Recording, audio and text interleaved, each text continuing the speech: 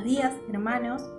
Culminando el mes de septiembre, el mes de los jóvenes, tengo el privilegio de compartir con ustedes la siguiente porción de la Biblia, que se encuentra en Salmos 84:10, y dice así: Porque mejor es un día en tus atrios que 1000 fuera de ellos.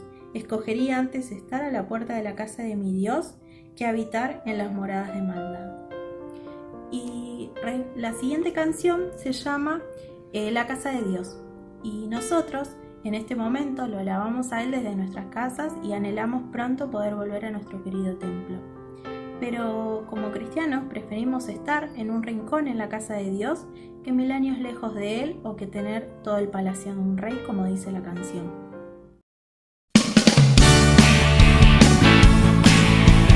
¿Quiénes quieren venir a su presencia a alabarle?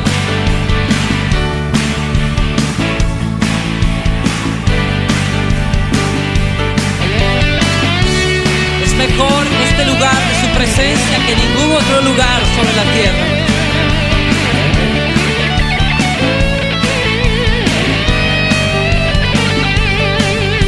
Mejor es un día en la casa de Dios que 1000 años lejos de Él. Prefiero un rincón en la casa de Dios que todo el palacio de un rey, que todo el palacio de un rey. Ven conmigo a la casa de Dios, celebraremos juntos su amor, haremos fiesta en honor de aquel que nos amó. Estando aquí en la casa de Dios, alegraremos su corazón, le brindaremos ofrendas de obediencia y amor. En la casa de Dios,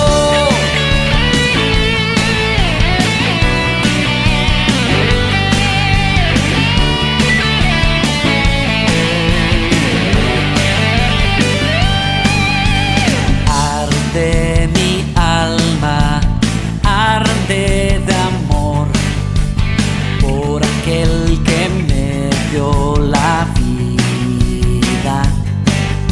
Por eso le anhela mi corazón, anhela de su compañía,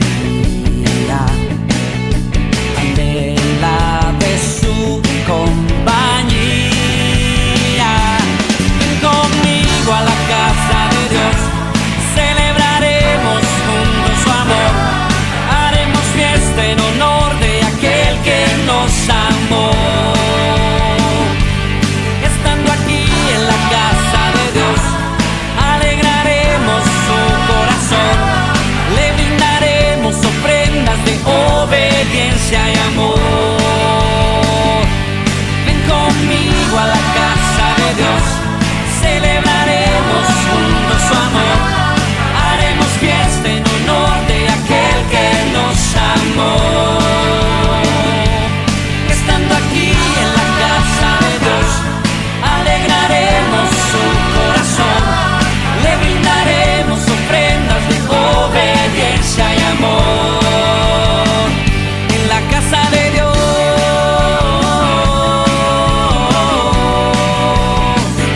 en la casa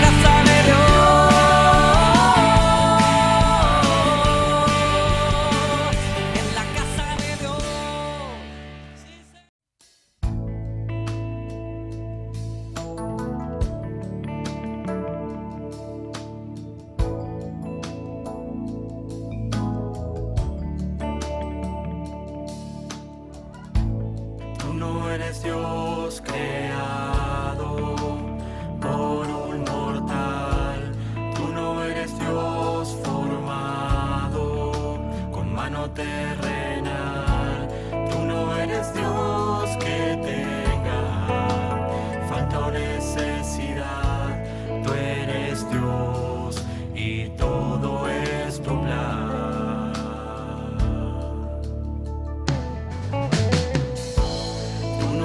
Dios creado por un mortal. Tú no eres Dios formado con mano terrenal. Tú no eres Dios que tenga falta o necesidad. Tú eres Dios y todo es tu plan. Solo tú eres Dios. Desde la eternidad,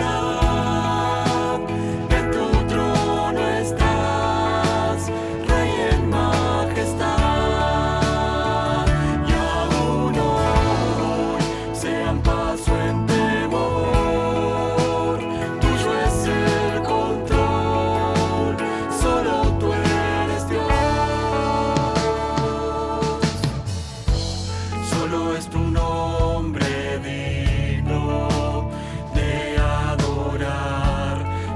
es tu reino digno de alabar.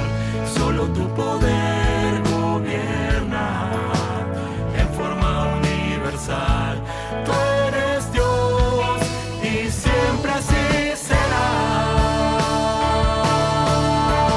Solo tú eres Dios desde la eternidad. En tu trono estás, Rey en majestad. Y aún hoy sean paso en temor, tuyo es el control, solo tú eres Dios. Dios grande, Dios firme, Dios fuerte, ese eres tú. Dios grande, Dios firme, Dios fuerte, ese eres tú. Dios grande, Dios firme, Dios fuerte, ese eres tú. Dios grande, Dios firme, Dios fuerte, ese eres tú.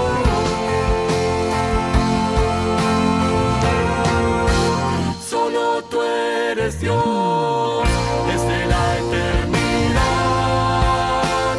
En tu trono estás, Rey en majestad.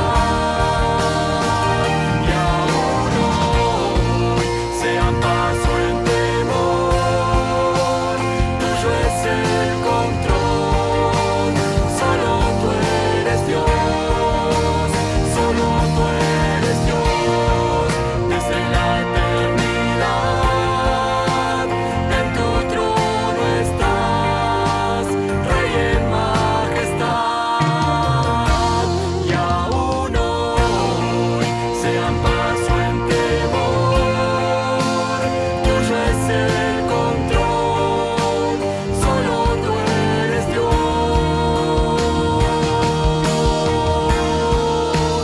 solo tú eres Dios,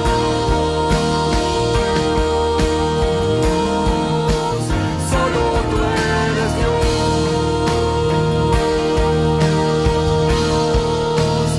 solo tú eres Dios.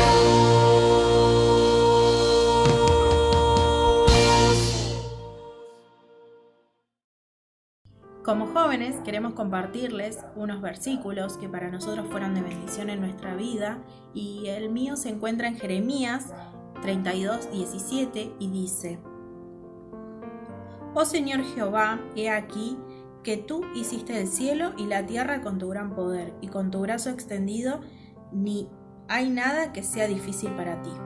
Y como dice el versículo, no hay nada difícil para Dios, y Él es el hacedor y creador de todo. Un versículo que me gusta mucho se encuentra en el Salmo 139, del 23 al 24, y dice así: Oh Dios, examíname, reconoce mi corazón, ponme a prueba, reconoce mis pensamientos, mira si voy por el camino del mal, y guíame por el camino eterno.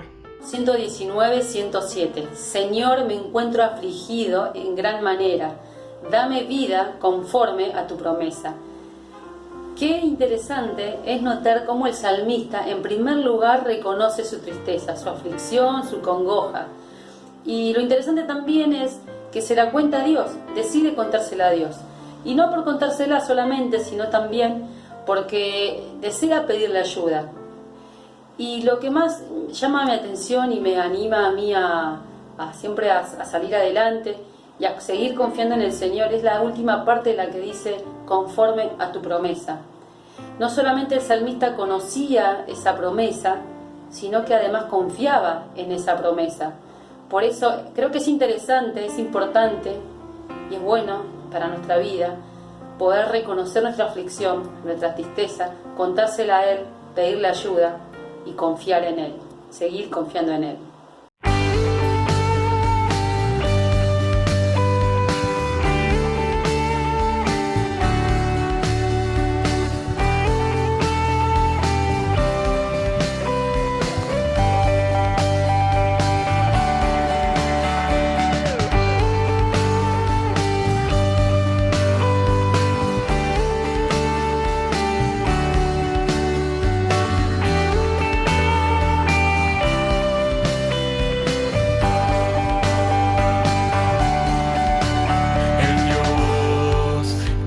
Los cielos y la tierra con el poder de su palabra y reina con autoridad. El Dios que aún los vientos le obedecen, una palabra es suficiente para los muertos levantar.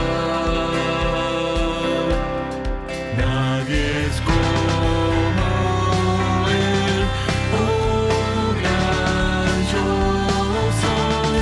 Tú eres el Dios que adoramos, todopoderoso y soberano, grande en misericordia y poder para salvar. Tú eres el Dios que adoramos, quien derrotó la muerte y el pecado, glorioso Redentor y Rey.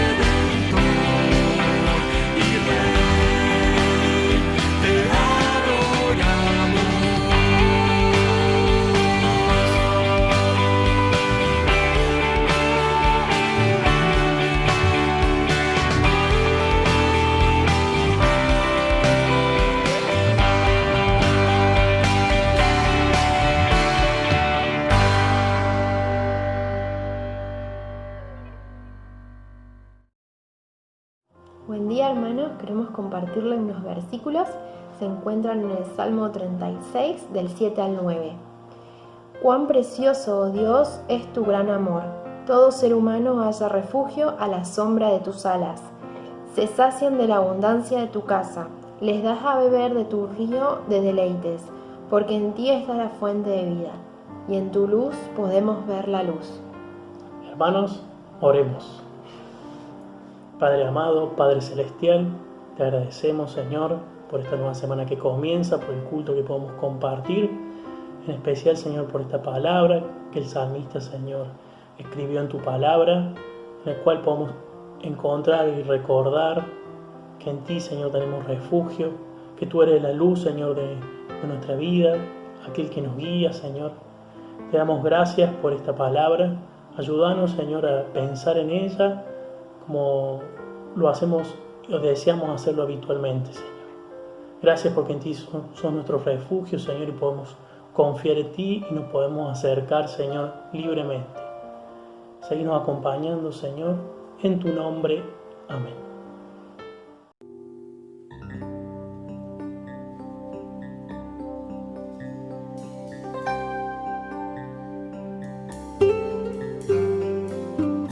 Dulce refugio en la tormenta es Jesucristo el Salvador.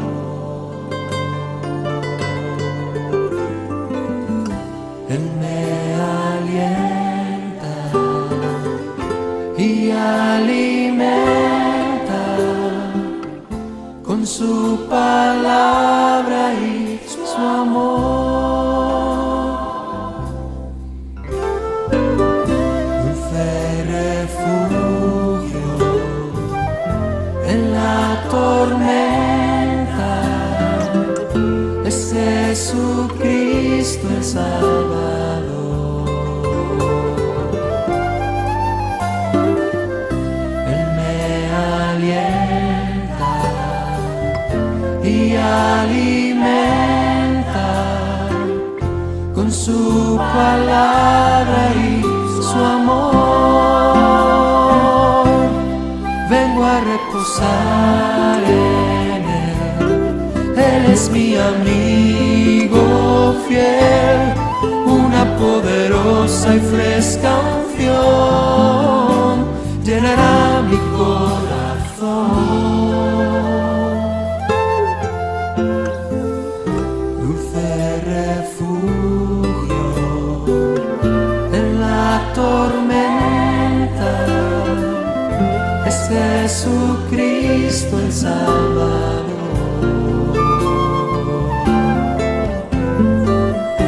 Él me alienta y alimenta con su palabra y su amor. Y vengo a reposar en Él. Él es mi amigo fiel, una poderosa y fresca unción llenará mi corazón.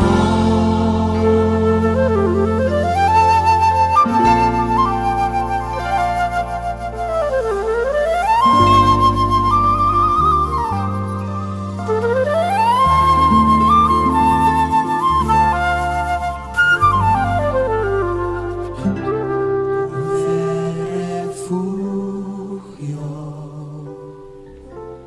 en la tormenta es Jesucristo el Salvador.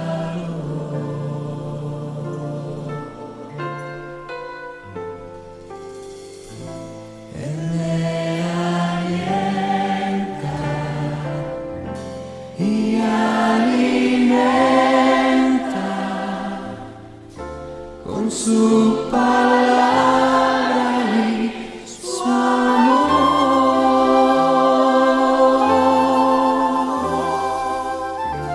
con su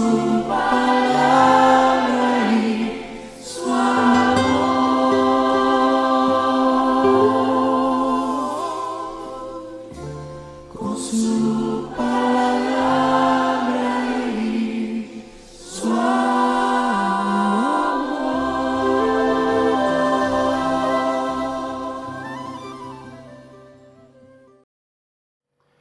Buen día hermanos, ¿cómo les va? Es un gusto volver a vernos, volver a saludarnos, volver a reunirnos, tal vez de esta plataforma virtual, pero con la misma comunión que el Señor nos permite disfrutar. Y siendo este cuarto y último domingo, los jóvenes y adolescentes queremos agradecer a la Iglesia por la oportunidad que nos da de realizar este mes de jóvenes año tras año. Y principalmente queremos agradecer porque a lo largo de este mes hemos recibido mensajes de cariño, de aliento, de ánimo y de felicitaciones por cada uno de los cultos realizados. Y queremos decirles que les agradecemos y que recibimos sus mensajes con mucha alegría y con mucha humildad, porque entendemos que lo hacemos primeramente para la gloria de Dios y en segundo lugar en servicio a nuestra congregación, a nuestra iglesia, a nuestra familia espiritual. ¿Sí? Así que realmente gracias. Y en este sentido, los jóvenes hemos estado presentes también en los mensajes y hoy lo vamos a hacer una vez más, ¿sí? Y vamos a seguir leyendo el libro de Hechos, vamos a estar viendo los últimos capítulos, pero nos vamos a centrar principalmente en el capítulo 26, ¿sí? Y vamos a ver este capítulo 26, este capítulo nos presenta a Pablo en una situación especial. Vamos a ver a Pablo en una audiencia presentando una defensa por acusaciones hacia su persona, ¿sí? Y esta defensa se la va a presentar a una persona muy importante que se llama Agripa, ¿sí? Ahora, ¿por qué Pablo termina en una audiencia? ¿Por qué Pablo tiene que presentar una defensa? ¿De qué lo están acusando a Pablo? ¿Y quién es esta persona llamada Agripa? Bueno, eso lo vamos a ver y lo voy a explicar, pero es necesario ir unos capítulos antes y poder entender bien el contexto de por qué Pablo termina en esa situación, ¿sí? Ustedes lo pueden leer desde el capítulo 22. Yo por un tema de tiempo voy a mencionar los datos más importantes, ¿sí? Pero obviamente de sus casas les invito a que ustedes puedan leerlo con detenimiento, ¿sí? Porque primero en la Biblia no hay nada que sobre, todo se aprovecha, todo es valioso, ¿sí? Y además hay muchos versículos claves que son de mucho aliento también y de desafío para nuestra vida espiritual. Así que en este sentido nos vamos a poner un poco en el contexto para poder llegar tranquilamente a entender la situación de Pablo en el capítulo 26, ¿sí? Así que recordemos rápidamente, el apóstol Pablo, apóstol del Señor, era enviado constantemente por el Espíritu Santo de una ciudad a otra para predicar el Evangelio del Señor, ¿sí? Y en esta oportunidad Pablo va a ser enviado por el Espíritu Santo a Jerusalén, ¿sí? El Espíritu Santo le dice a Pablo que tiene que volver a Jerusalén para una nueva tarea que le encomienda. Pero Pablo también es consciente de una cosa, ¿sí? Que en Jerusalén su vida podía correr peligro, ¿sí? Los judíos lo estaban persiguiendo y no para ser amigos, sino para matarlo, ¿sí? Pero aún consciente de esto, Pablo, él decide obedecer a Dios y entonces emprende su vuelta a Jerusalén. Nos cuenta la Biblia rápidamente que él vuelve a Jerusalén, se encuentra con los hermanos de la iglesia en Jerusalén y los recibe a Pablo muy alegremente. Y bueno, después al día siguiente nos relata la Biblia que él, como buen judío y estando en Jerusalén, decide subir al templo a adorar a Dios. Y nos cuenta la Biblia rápidamente que algunas personas lo reconocen a Pablo, personas que claramente odiaban a Pablo y no estaban de acuerdo con el cristianismo, lo reconocen a Pablo y empiezan a armar un gran alboroto. Arman un escándalo muy fuerte que la gente que estaba en el templo y que también odiaba el nombre del Señor Jesús, dice que lo rodean a Pablo, entre muchos, se arma una multitud. Dice la Biblia que cierran la puerta y empiezan a golpearlo a Pablo. sí, la Biblia dice que lo golpean tanto, le dan una golpiza muy, muy dura, que nos cuenta la Biblia que casi lo matan. Pero por gracia de Dios aparece un soldado romano llamado Claudio y nos cuenta la Biblia que este soldado va a sacarlo a Pablo de en medio de ese alboroto, de esa multitud. Y es así que los judíos, en su empeño de seguir causándole daño a Pablo, lo reclaman, pero bueno, el soldado, entendiendo también la inocencia de Pablo, pero también para no quedar mal con los judíos, decide mantenerlo preso. Sí, lo mete en prisión a Pablo, lo encarcela para mantenerlo a salvo, pero también para no quedar mal con los judíos, ¿sí? Pero en este sentido, ya dentro de este lugar, dentro de prisión, Pablo le va a explicar algo muy interesante a Claudio y lo voy a parafrasear un poco para que se entienda mejor. Pablo le dice a Claudio, le dice así: mira, Claudio, está todo bien, pero yo para estar preso, primero necesito ser juzgado por una autoridad romana. ¿Por qué? Porque yo soy un ciudadano romano. Claro, ante esta explicación, Claudio se alarma totalmente, porque en primer lugar entendamos que ser ciudadano romano significaba ser en ese tiempo un ciudadano con muchos privilegios, ¿sí? Y entre ellos también era el ser juzgado únicamente bajo leyes romanas, ¿sí? Y en este sentido, Claudio decide mandarlo a Pablo ante una autoridad romana, ¿sí? Que justamente en ese lugar y en ese tiempo es nada más y nada menos que el gobernador de Cesarea llamado Félix, ¿sí? Bueno, y en este sentido, Claudio envía a Pablo delante de Félix para ser juzgado y obviamente los judíos también detrás se presentan ante Félix para seguir con las acusaciones y pedir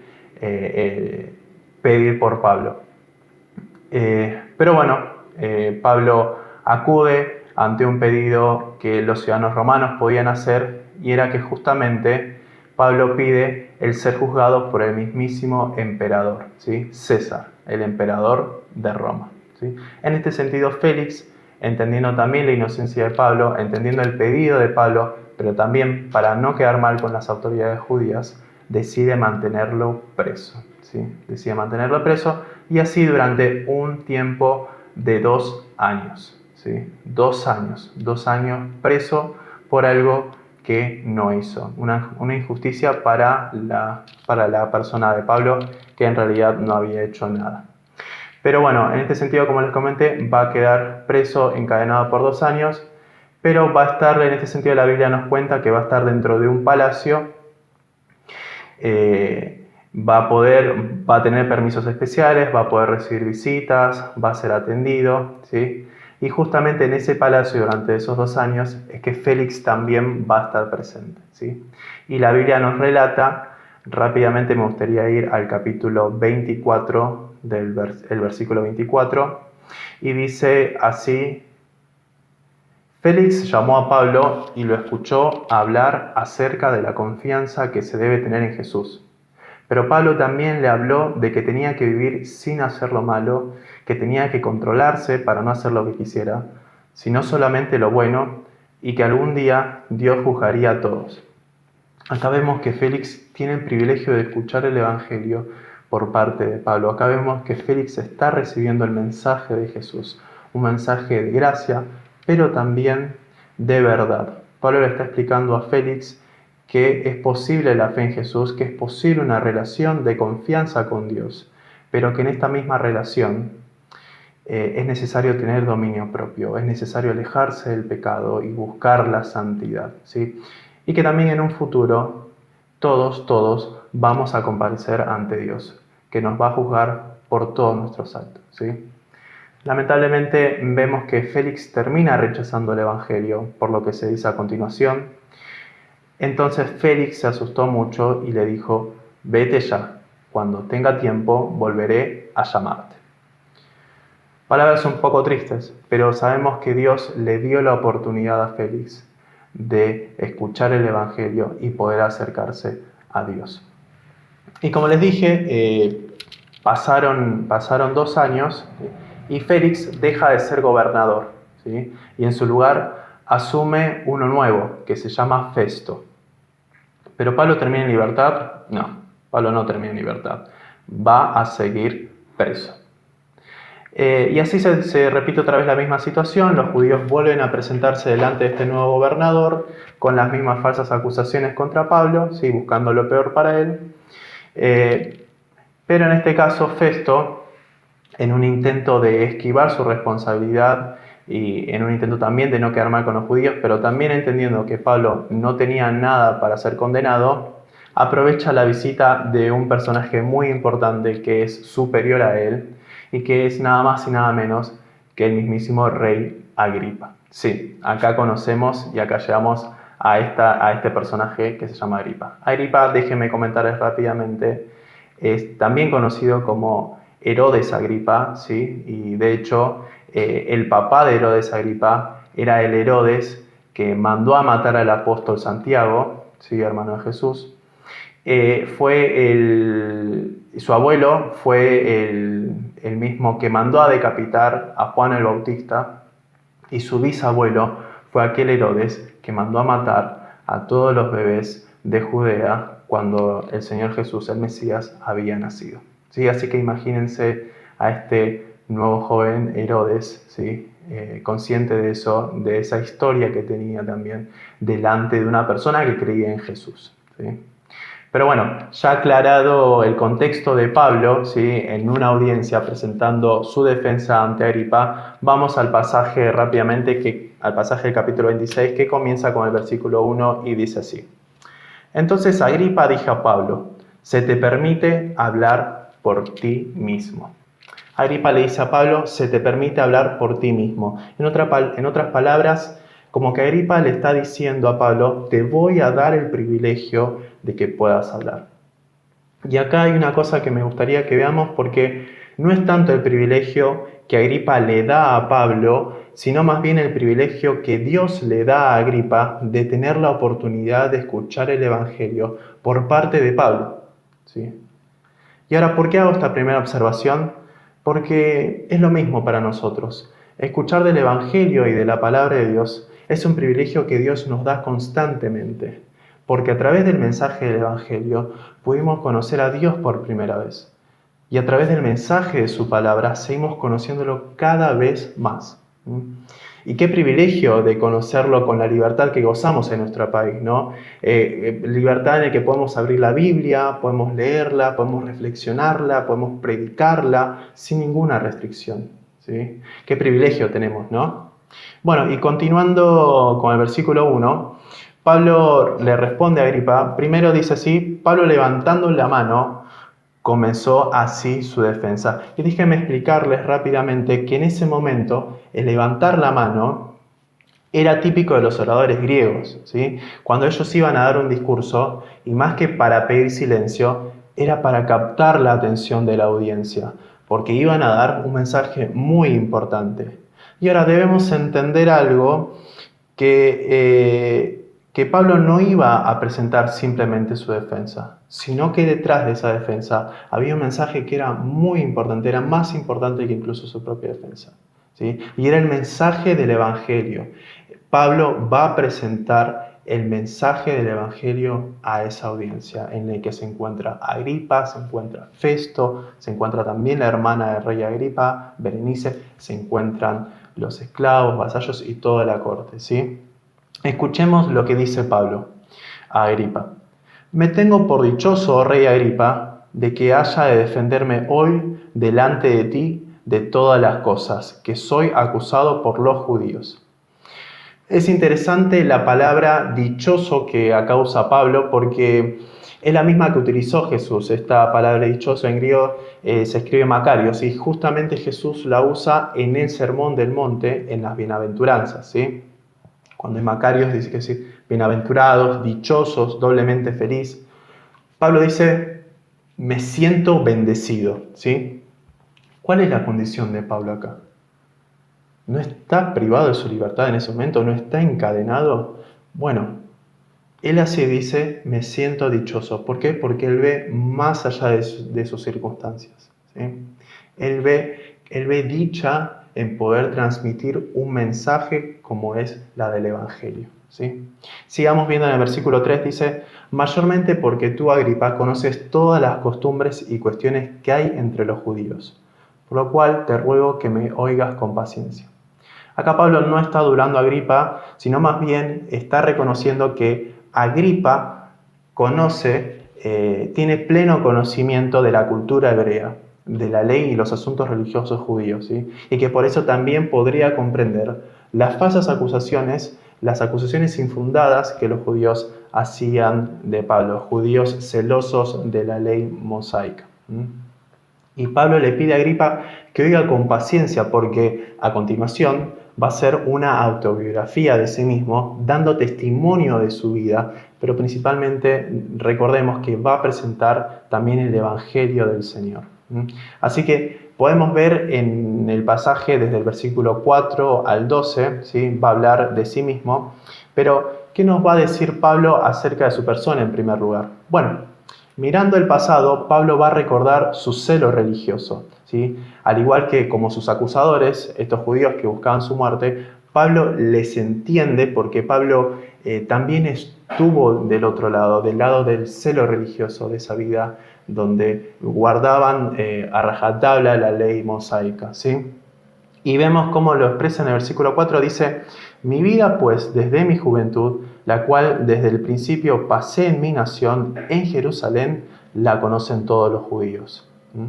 Si bien es cierto, Pablo nació en Tarso, nació en una provincia romana, él pasó su juventud creciendo en Jerusalén, ¿sí? Pablo nos relata en otras cartas que él había crecido bajo la instrucción de Gamaliel, quien fue su maestro, uno de los principales fariseos. Y era de común conocimiento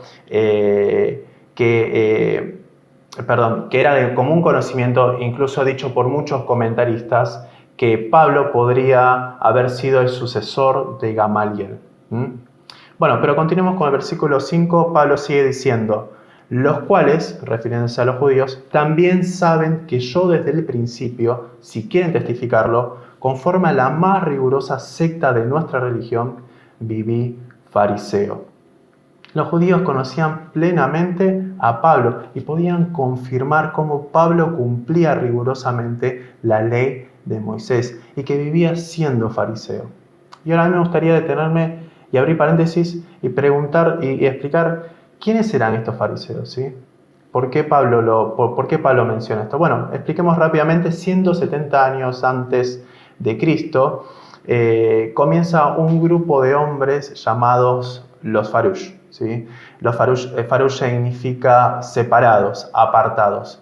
¿Y separados de qué? Bueno, separados de las cosas mundanas, separados del pecado, ¿sí? Vivían con esa intención de vivir separados del pecado, como aferrándose al cumplimiento estricto de la ley de Moisés para ser salvos, ¿sí? Y luego resucitar en una nueva vida eterna con Dios.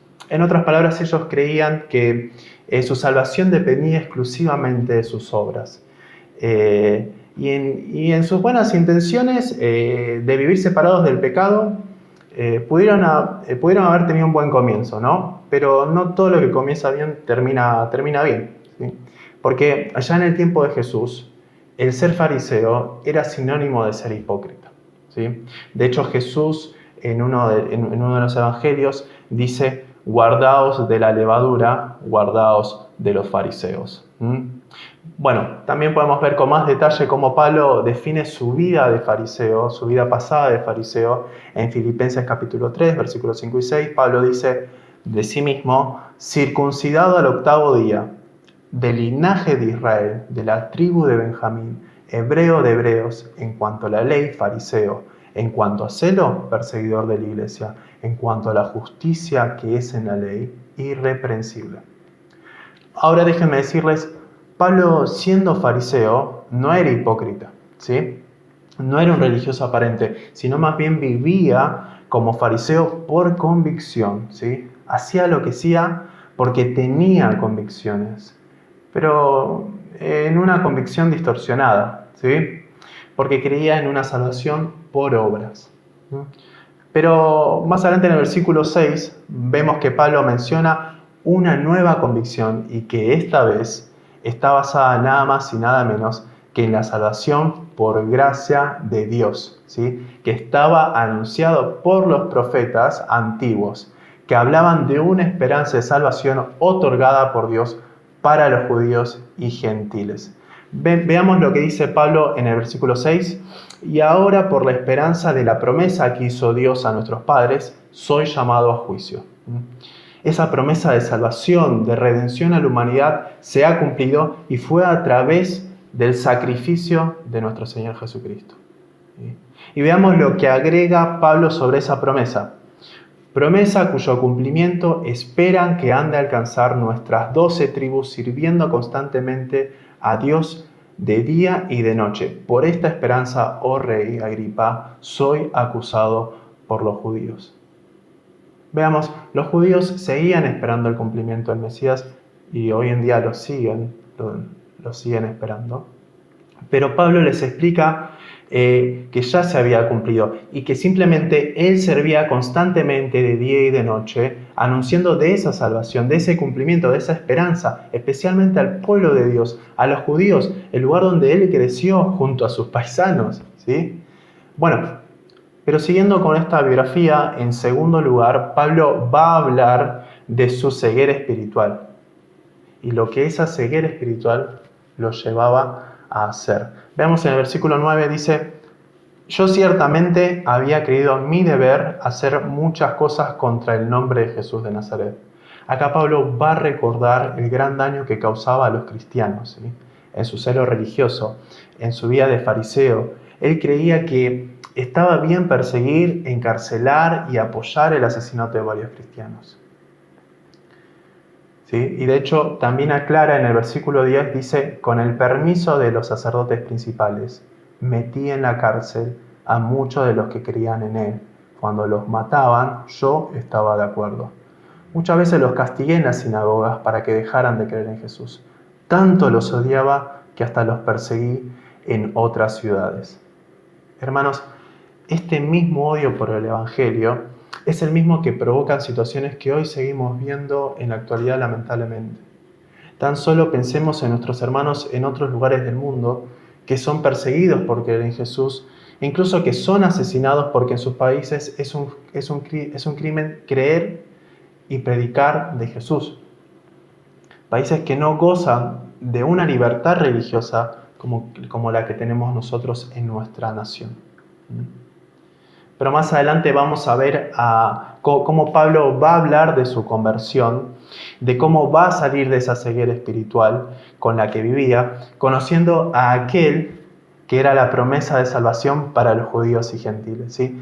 Todos conocemos la historia de la conversión de Pablo, de cómo cuando camino a Damasco, en una visión, Jesús se le presenta y lo confronta a Pablo con la verdad, preguntándole: ¿por qué me persigues?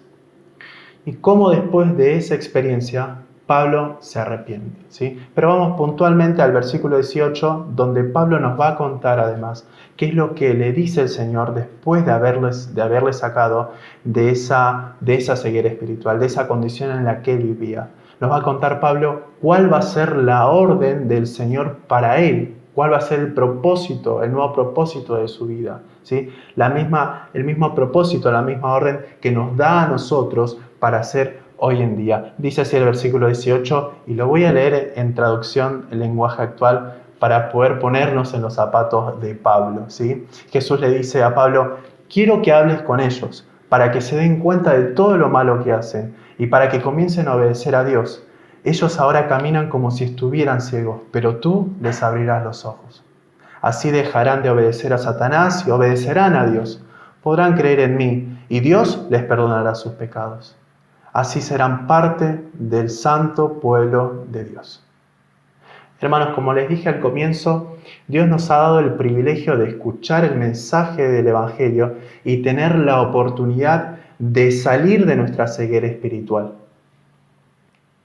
Ceguera espiritual que nos sume en el pecado, ¿sí?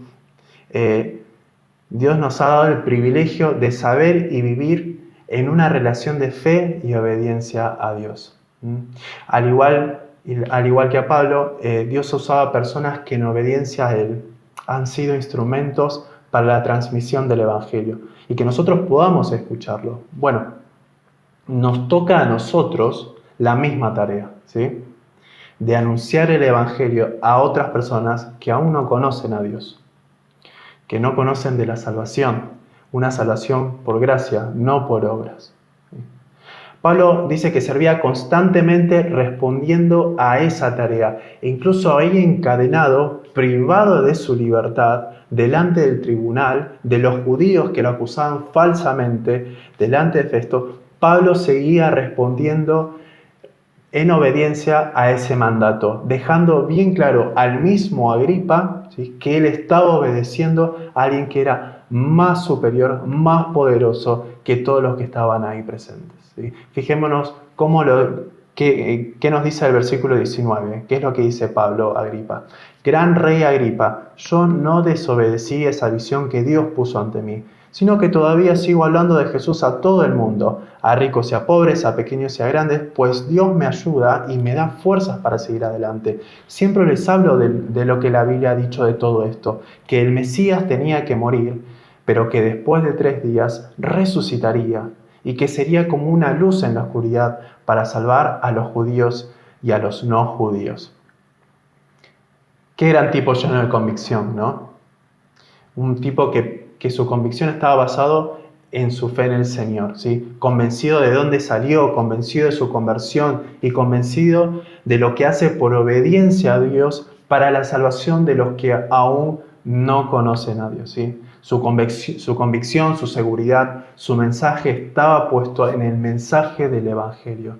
En su defensa le estaba presentando a Agripa, al mismísimo rey Agripa, le estaba presentando al Mesías, a Jesús, ¿sí? Pero fijémonos la respuesta de Agripa en el versículo 28. ¿Sí? El versículo 28 dice: entonces Agripa dijo a Pablo, por poco me persuades a ser cristiano. Es admirable lo lejos que llegó Pablo, ¿sí?, pudiendo predicar del Señor a un rey como lo era Agripa. Pero al mismo tiempo es triste cómo Agripa termina rechazando el Evangelio con sus propias palabras. Por poco me persuades de ser cristiano. ¿Sí? Ese poco no es un detalle menor. Ese poco lo está distanciando grandemente de la oportunidad de ser salvo y conocer al Señor. Y asimismo pasa con el mundo que rechaza el Evangelio constantemente, ¿sí? Seguramente nos ha pasado a nosotros que teniendo la oportunidad de hablarle a alguien del Evangelio, esa persona, ese otro, de alguna forma ha tratado de esquivarnos, ¿sí?, creyendo que Dios y su mensaje, el Evangelio, no son real, ¿sí?, o que tal vez es una tradición religiosa más, entre otras, o que tal vez son mentira, ¿sí? Y es por eso que la menosprecian.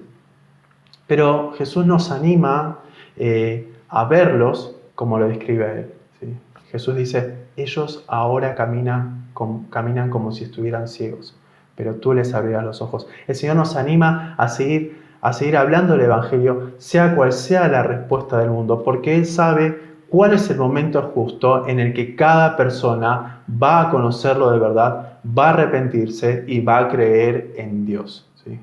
Por eso no debemos quedarnos con los brazos cruzados por el rechazo. Debemos seguir anunciando con la misma convicción que tenía Pablo, de esa salvación que Dios ha dado a cada persona.